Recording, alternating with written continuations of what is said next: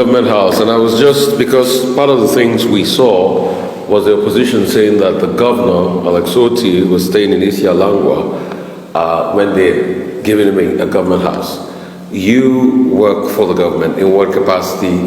And you've been taking us on a tour, which we had all the footage of. What did you see when the handover happened? Well, thank you so much, RUFAI. I'm the Chief of Staff to the Governor. Okay. I happen to have been among those that they handed over to. So when we came in here, we discovered that the only thing that was completed and somehow furnished was just the basement, the ground floor. So we said, okay, before we sign off that the entire building is completed, let's undertake a tour of the facility and also take an inventory. They said no, that since we are a new government coming in, we should take our time, that they just want to tidy up since their tenure was over, in order to continue, that we could take another day to come around. So they introduced us to the contractor. So when we moved around, the contractor? They appointed the contractor. So when we moved around, we were shocked, just like you have also seen that apart from the basement, nothing had been, done that can really create that conducive and comfortable atmosphere for the governor of a state to come in here. And when we asked the contractor, he said, well, that he's also been owed. How much was it? Owed close to 500 million.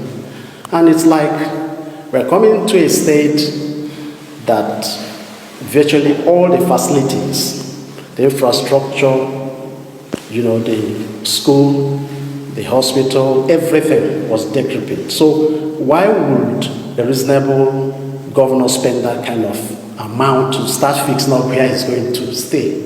So the logical thing is, since I have, that's what His Excellency was saying, the governor, Dr. Alex Oti, since I have a place at least God has blessed me with, I could stay, and seeing the enormity, of the challenges of the state and the kind of, infrastructural decay all across the state, the best is for me to stay in my own house and use those resources in order to take care of the very deplorable state of infrastructure, roads, hospitals, schools, and all of that. So when will this be completed?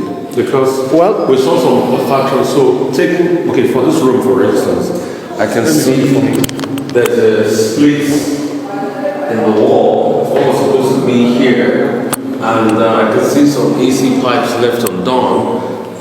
So when is this going to be complete? This is just one of the rooms, and you said first and foremost, install the generator. First and foremost, before we even get to the point of completion, because you see, prioritization is one key hallmark of this administration. You see for yourself that the people that claim that they built, a very, very comfortable state house for His Excellency, you can see for yourself that you cannot see anything like that.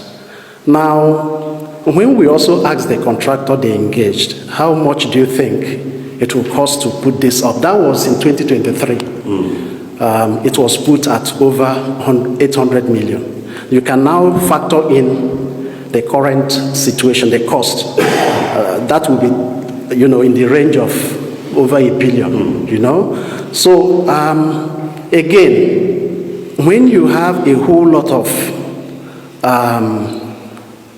infrastructural decay staring you in the face, you wouldn't think that it's a priority now to start fixing a place where His Excellency and his family will be staying. So the logical thing is the old government house is still there.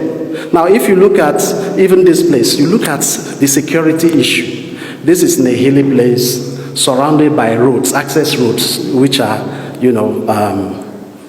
public roads. So you can't even, if they had taken certain things into consideration, they wouldn't have even thought of coming here to build a government house. So His Excellency has already commissioned a contractor to be able to fix the old government house. And so that is the position. So this will be abandoned? Is that what Well, it will not be abandoned. That's why this is a very responsible government. Also, a committee has been set up in order to repurpose this place. And there are a number of investors that will come around to see how this So place Governor Oti will not come here? Of course, he's not looking at coming here. He's looking at making the most in terms of resource management